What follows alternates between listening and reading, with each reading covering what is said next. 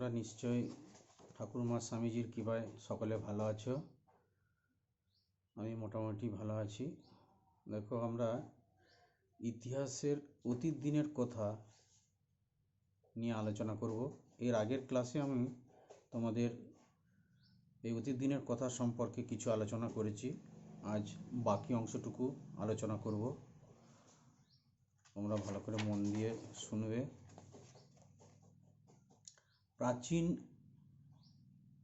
কালের ইতিহাসের আমরা বিভিন্ন নিদর্শন জানতে পারি বিভিন্ন জিনিস থেকে। এগুলি কিভাবে রক্ষণাবেক্ষণ করা হয়, তাদের নিয়ে কিভাবে গবেষণা করেন যারা, তাদের কি বলা হয়, বা প্রাচীনকালে যে সমস্ত সভ্যতা মাটির নিচে চলে গিয়েছিল সেগুলোকে মাটি খুঁড়ে যারা বের করেন তাদের কি বলা হয়, এই সম্পর্কে আলোচনা করব।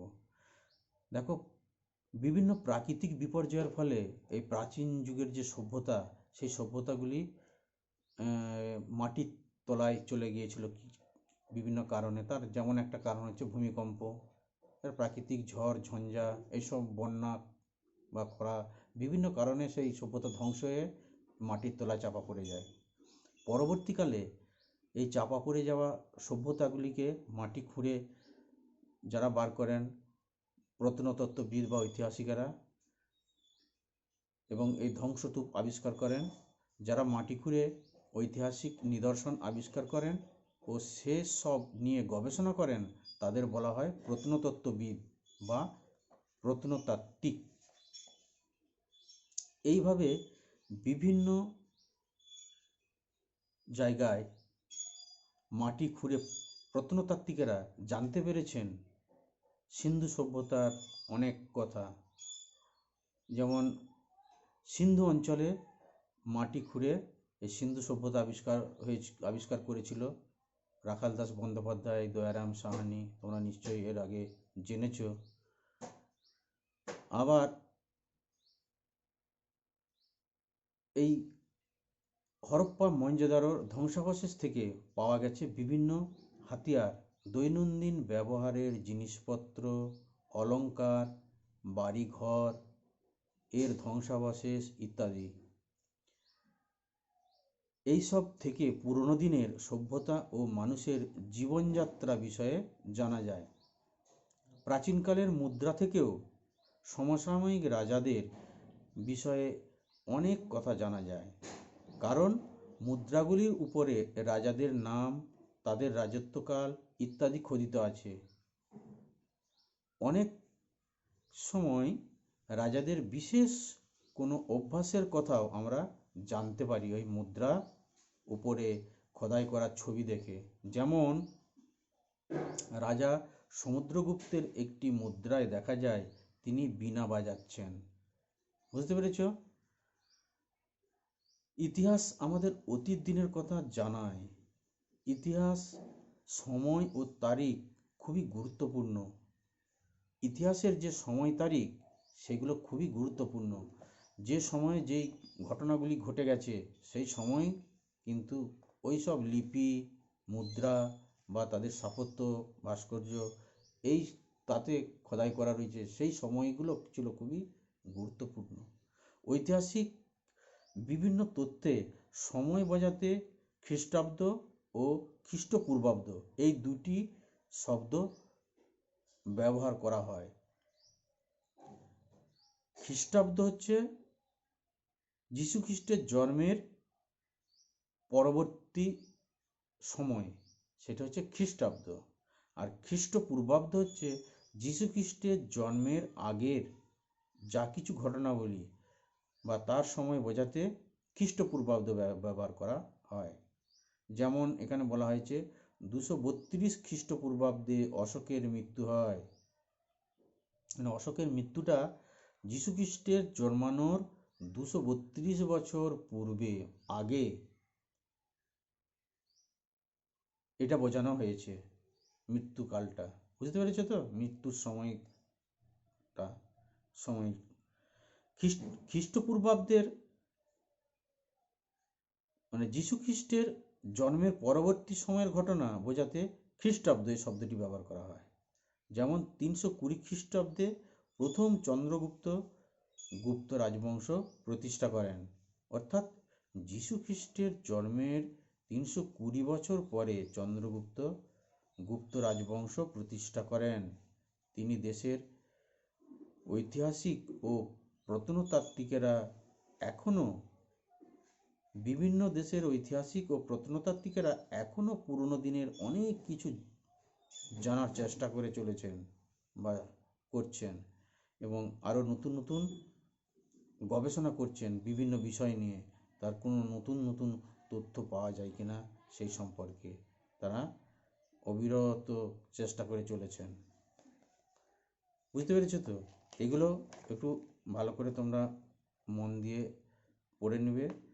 আর এই নিচের যে প্রশ্ন উত্তরগুলো আছে, এটি যেমন আদর্শ প্রশ্ন উত্তর বলে যে অংশটা আছে, এখানে 1 নম্বরে যেটি বলে দেওয়া আছে, একটি বাক্যে উত্তর দাও। 1 নম্বর প্রশ্ন। এই প্রশ্নগুলির কিন্তু প্রতিটি প্রশ্নের মান হচ্ছে 2 নম্বর করে আছে। আমরা ইতিহাস পড়ি কেন? অতীতকে জানার জন্য আমরা ইতিহাস পড়ি। আমরা ইতিহাস জানতে পারি কিভাবে? আমরা ইতিহাসের উপাদান থেকে ইতিহাস জানতে পারি। 2টি ইতিহাসের উপাদানের নাম করো। প্রাচীন ধ্বংসাবশেষ, প্রাচীন পুঁথি ইতিহাসের উপাদান।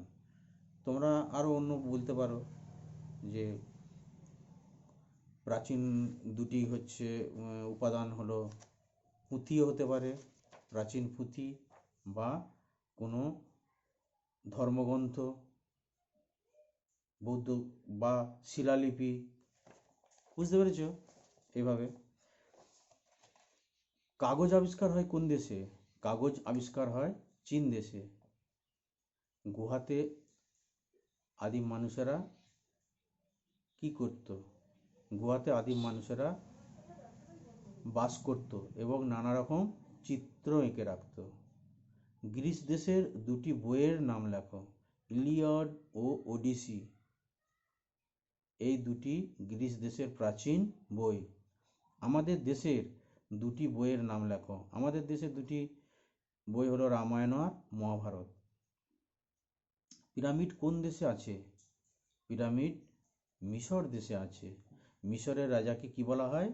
মিশরের রাজাকে ফেরাও বলা হয়। যারা মাটি খুঁড়ে ঐতিহাসিক নিদর্শন বের করে তাদের কি বলা হয়? তাদের বলে প্রত্নতাত্ত্বিক। মাটি খুঁড়ে যারা ঐতিহাসিক নিদর্শন বের করেন তাদের বলা হয় প্রত্নতাত্ত্বিক বা প্রত্নতত্ত্ববিদ। কোন ধ্বংসাবশেষ থেকে সিন্ধু সভ্যতার কথা জানা যায়? হরপ্পা ও মহেঞ্জোদারোর ধ্বংসাবশেষ থেকে জানা যায় সিন্ধু সভ্যতার কথা। কার মুদ্রায় বীণা বাদরত মূর্তি আছে? রাজা সমুদ্রগুপ্তের মুদ্রায় বীণা বাদরত মূর্তি আছে। অশোকের মৃত্যু হয় কবে? 232 খ্রিস্টপূর্বাব্দে অশোকের মৃত্যু হয়। এরপরে দেখো আছে 2টি বা 3টি বাক্যে উত্তর লেখো। 2টি বা 3টি বাক্যে উত্তর লেখো। এটা প্রশ্ন, এই প্রশ্নগুলির মান হচ্ছে 3 থেকে 4 নম্বর থাকবে। সেইভাবে উত্তরগুলো লিখতে হবে। যেমন এখানে 3টে নিদর্শন দেওয়া রয়েছে, 3টে প্রশ্ন বলে দেওয়া আছে এবং তার উত্তরও বলে দেওয়া আছে। এভাবে কিন্তু এই চ্যাপ্টার থেকে আরও অনেক প্রশ্ন করা যায়। সেই প্রশ্নগুলো আমরা একদিন তোমাদের করে আমি দিয়ে দেবো, সেভাবে তৈরি করবে তোমরা, উত্তর লিখে বাড়িতে প্র্যাকটিস করবে। সিন্ধু সভ্যতার ধ্বংসাবশেষ থেকে কি কি জানতে পারি? সিন্ধু সভ্যতার ধ্বংসাবশেষ থেকে সেখানকার জীবনযাত্রা কেমন জানতে পারি। তারা কি ব্যবহার করত, তাদের বাড়ি ঘর, রাস্তা, নর্দমা, অলংকার ইত্যাদি সম্পর্কে অনেক তথ্য জানা যায়। বা তাদের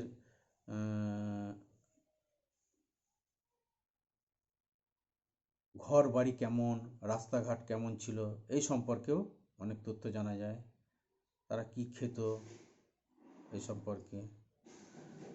আমরা তার পরের প্রশ্ন, আমরা ইতিহাস পড়ি কেন? অতীতকে জানার জন্য আমরা ইতিহাস পড়ি। অতীতকালে মানুষ কেমনভাবে কাটাতো, তাদের জীবনযাত্রা কেমন ছিল, তারা কি ব্যবহার করত, কি খেত, তাদের ঘর বাড়ি কেমন ছিল, পোশাক কেমন ছিল ইত্যাদি আমরা ইতিহাস পড়ে জানতে পারি। মুদ্রা থেকে কিভাবে ইতিহাস জানা যায়? মুদ্রা থেকে সেই সময় রাজার এবং তার রাজ্যের অবস্থা কেমন ছিল সেটা জানা যায়। মুদ্রাকে যদি মূল্যবান ধাতু দিয়ে তৈরি মুদ্রাকে যদি মূল্যবান ধাতু দিয়ে তৈরি করা হতো তাহলে বোঝা যেত সেই রাজার অবস্থা বা রাজ্যের অবস্থা কেমন ছিল সেই সম্পর্কে। রাজত্বকালের কাল ও মুদ্রার সাল দেখে জানা যায়। সমুদ্রগুপ্তের মুদ্রায় বিনা বাধারত মূর্তি আছে, তা দেখে রাজার শৈল্পিক মনোভাবের পরিচয় পাওয়া যায়। এরকমভাবে তোমরা প্র্যাকটিস করবে। আরও কিছু কিছু প্রশ্ন আমি তোমাদের লিখে পরে দিয়ে দেবো। আজকে এই পর্যন্তই আলোচনা করলাম। এর পরবর্তীকালে আমরা প্রশ্ন অনুশীলনীগুলো তোমরা বাড়িতে লিখবে। এই যে অনুশীলনী যেগুলো আছে মনে রাখতে হবে যে এই চ্যাপ্টারটা পড়ে আমরা যে সারাংশগুলো পেয়েছি এগুলো সম্পর্কে। দেখো, ইতিহাস পড়ে আমরা মানব সভ্যতার ক্রম উন্নতির বিবরণ পাই। ইতিহাসে আছে বিভিন্ন শাসক, যেমন রাজা, মহারাজা, নবাব, বাদশাহ, পরিব্রাজক, রাজনীতিবিদ, বৈজ্ঞানিক, শিল্পী ও বিখ্যাত সব মানুষের জীবনযাত্রা এবং সমাজের প্রতি তাদের অবদানের কথা। ইতিহাস হলো আজকের দিনের এই উন্নত সভ্যতার ভিত্তিপ্রস্তর। আমরা ইতিহাস কেন পড়ব? প্রথমত, ইতিহাস বিষয়টি হলো খুবই কৌতূহলজনক। দ্বিতীয়ত, ইতিহাস পড়েই আমরা অতীত দিন থেকে আজ পর্যন্ত মানব সভ্যতার ক্রম উন্নতির কথা জানতে পারি। তৃতীয়ত, ইতিহাস আমাদের অতীত দিনের ত্রুটির বিষয়ে জ্ঞান জ্ঞাত করে বর্তমানে ত্রুটি মুক্ত হয়ে বেঁচে থাকতে সাহায্য করে। তার মানে আমরা অতীত দিনের মানুষরা যদি কিছু ভুল ত্রুটি করে গেছে সেগুলো আমরা সংশোধন করে নিয়ে আমরা ত্রুটিমুক্ত জীবনযাপন করে বেঁচে থাকতে পারি, সাহায্য করে আমাদের ইতিহাস। আমরা বিভিন্ন গুহালিপি, শিলালিপি, প্রাচীন পুঁথি থেকে প্রাচীন সময়ের ঘটনাবলী জানতে পারি। কাগজ আবিষ্কারের আগে ঘাস থেকে তৈরি প্যাপাইরাস এ লেখা হতো। কাগজের আবিষ্কার হয় প্রথম চীন দেশে। মিশরের রাজাদের মৃত্যুর পর কবরের উপরে যে সৌধ তৈরি হতো তাকে বলে পিরামিড। এই পিরামিডগুলি ত্রিভুজ আকৃতির, উপরের দিকটা ছুঁচালো আকৃতির ছিল। বুঝতে পেরেছ? একটা ঢিপির মতো, ত্রিভুজ আকৃতি একটি ঢিপির মতো দেখতে। মিশরের রাজাদের ফেরাও বলা হতো। ফেরাওদের মৃত্যুর পর তাদের মৃতদেহ বিভিন্ন ঔষধ দিয়ে কাপড় জড়িয়ে পিরামিডের ভেতরে রাখা হতো। এতে বহু বছর ধরে মৃতদেহ মৃতদেহগুলি অবিকৃত অবস্থায় থাকতো বা ভালো থাকতো। একে বলে মমি। হরপ্পা মহেঞ্জোদারোর ধ্বংসাবশেষ থেকে সিন্ধু সভ্যতার কথা জানা গেছে। ইতিহাস জানার বিভিন্ন উপাদান, যেমন প্রাচীন পুঁথি, শিলালিপি, মিনার ও স্তম্ভ, স্মৃতিসৌধ, ধ্বংসাবশেষ থেকে পাওয়া প্রাচীন হাতিয়ার, অলঙ্কার, মুদ্রা ইত্যাদি। প্রাচীন পুঁথি, শিলালিপি, মমি, বিভিন্ন মুদ্রা, অলঙ্কার, হাতিয়ার ইত্যাদির কিছু নিদর্শন আমরা দেখতে পাই কলকাতার জাদুঘরে। তোমরা যখন বড় হয়ে কলকাতা জাদুঘরে যাবে দেখবে এই সমস্ত প্রাচীনকালের অনেক ঐতিহাসিক নিদর্শন ওই জাদুঘরে সংরক্ষণ করে রাখা আছে। ইতিহাসে সময় বোঝাতে খ্রিস্টাব্দ ও খ্রিস্টপূর্বাব্দ এই দুটি শব্দ ব্যবহার করা হয়। তোমরা এগুলি ভালো করে মনে রাখবে, পুরো অধ্যায়টা, এই চ্যাপ্টারটা পড়ে। এরপরে এই অনুশীলনী প্রশ্নগুলি সব বাড়িতে উত্তর লিখে প্র্যাকটিস করবে। এগুলি বাড়ির কাজ দেওয়া রইল, হোম টাস্ক। 1, 2, 3, 4, 5, 6, 7, 8, 9 এই প্রশ্নগুলি সব বাড়িতে উত্তর লিখে প্র্যাকটিস করবে। যদি কোনো প্রশ্ন উত্তর জানতে অসুবিধা হয় তাহলে আমাকে বলবে ফোন করে। বুঝতে পেরেছ? সকলে ভালো থাকবে। আজ এই পর্যন্তই।